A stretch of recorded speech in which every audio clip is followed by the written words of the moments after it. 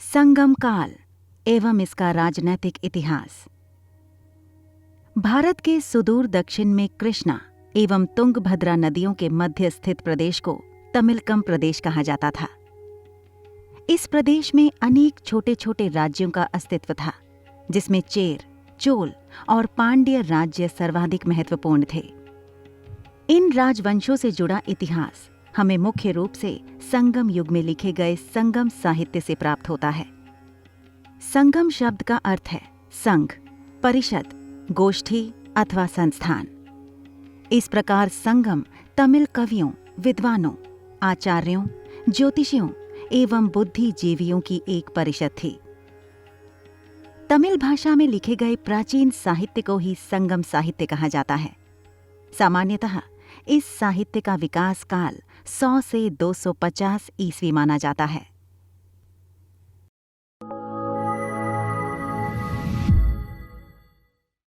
नमस्कार, आप देख रहे हैं ज्ञानी रैबिट के बैनर तले इतिहास की परख। तो आइए हम चलते हैं अपने अगले एपिसोड की ओर, जहां हम इतिहास की प्राचीनता को संगम युग से जुड़े साहित्य के आलोक में दक्षिण भारत के राजवंशों जैसे चेर, चोल और पांड्य के महत्व एवं परिणामों को समझने का प्रयास करते हैं, और साथ ही संगम काल कब अंधकार युग की ओर अग्रसर हुआ, उसको जानने के लिए वीडियो को अंत तक जरूर देखें। मेगस्थनीज के विवरण, अशोक के अभिलेख और कलिंग नरेश खारवेल के हाथी गुम्फा अभिलेख में भी इन तीनों राज्यों का वर्णन मिलता है, परंतु इनके विषय में विस्तृत जानकारी संगम साहित्य से ही मिलती है।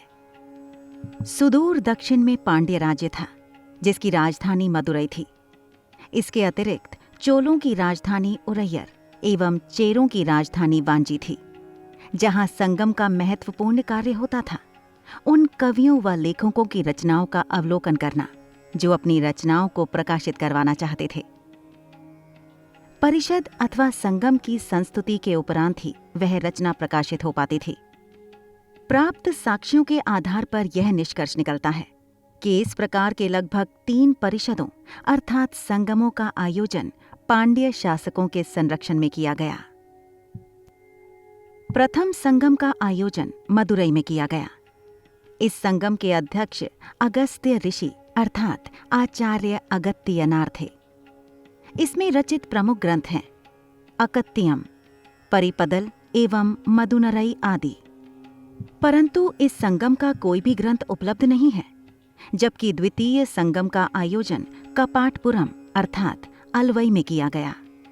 इस संगम के भी अध्यक्ष आरंभ में अगस्त्य ऋषि ही थे। बाद में उनका स्थान उनके शिष्य तोलकाप्पियर ने ले लिया।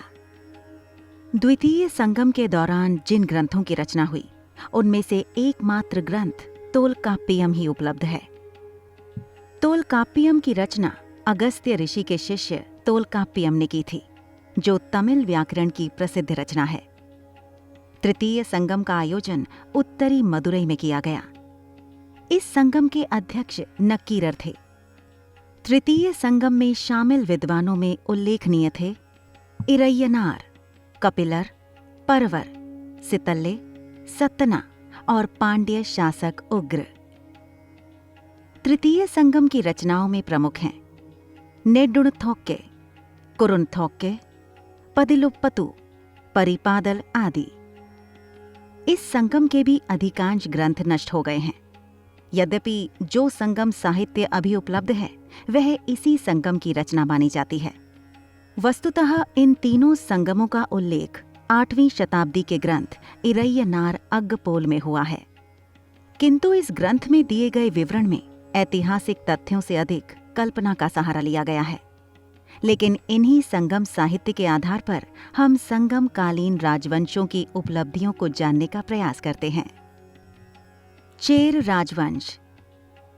ऐतरेय ब्राह्मण में प्राप्त होने वाला उल्लेख चेरपात संभवतः चेरों के विषय में प्रथम जानकारी है। इसके अलावा रामायण, महाभारत, अशोक के शिलालेख, कालिदास कृत महाकाव्य रघुवंश से भी चेरों के बारे में जानकारी मिलती है। चेर राज्य आधुनिक कोंकण, मालाबार का तटीय क्षेत्र और उत्तरी त्रावणकोर से लेकर कोचीन तक विस्तृत था, जिसकी राजधानी वांजी थी। पश्चिमी तट, मुसिरी और टोंडी के बंदरगाह उनके नियंत्रण में थे। चेरों का राजकीय चिन्ह धनुष बाण था।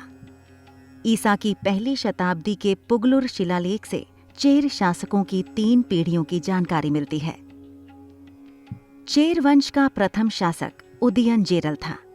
इसका समय लगभग 130 ईस्वी माना जाता है, जबकि चेर वंश का महानतम शासक शेन गुट्टवन अथवा धर्मपरायण कुट्टवन था। इसे लाल चेर भी कहा जाता था। इसकी प्रशंसा संगमकालीन कवियों में सर्वाधिक महत्वपूर्ण कवि परनर ने की है।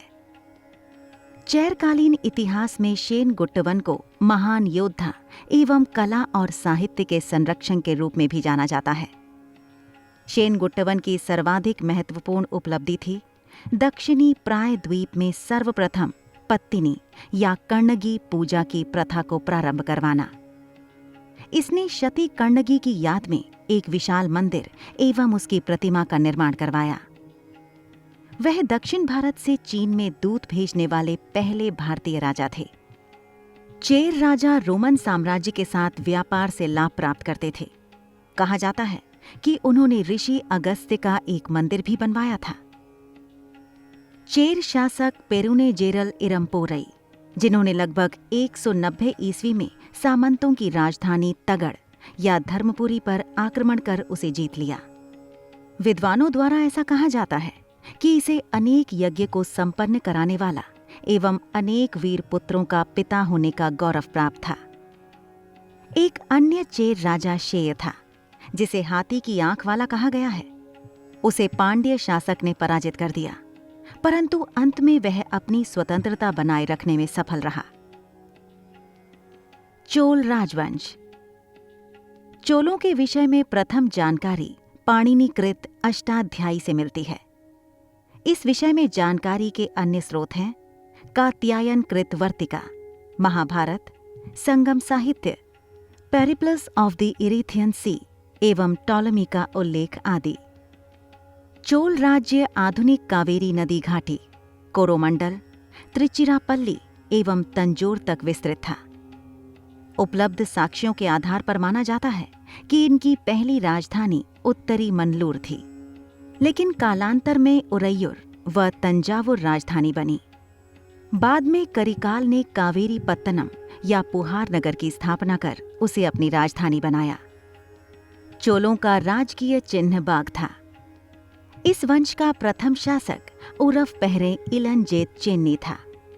इसने अपनी राजधानी उरैयूर में स्थापित की।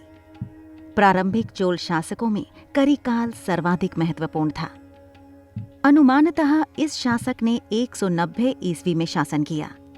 इसे जले हुए पैरों वाला राजा कहा गया है। करिकाल ने अनेक युद्धों में विजय प्राप्त की।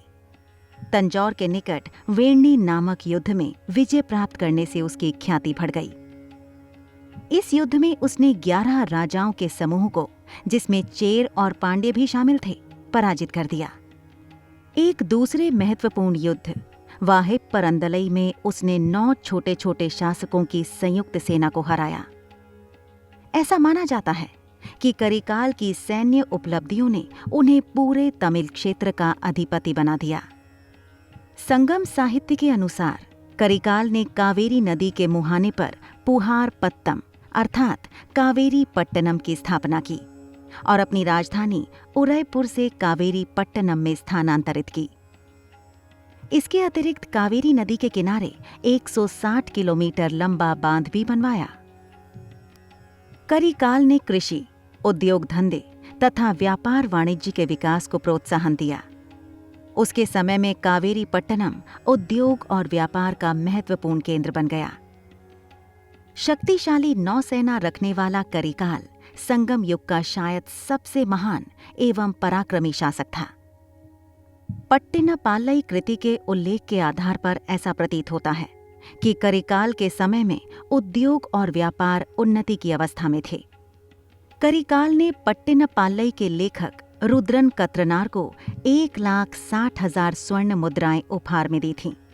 करिकाल के बाद इस वंश का अंतिम महान शासक नेडुजेलियन था, जिसकी मृत्यु युद्ध क्षेत्र में हो गई थी।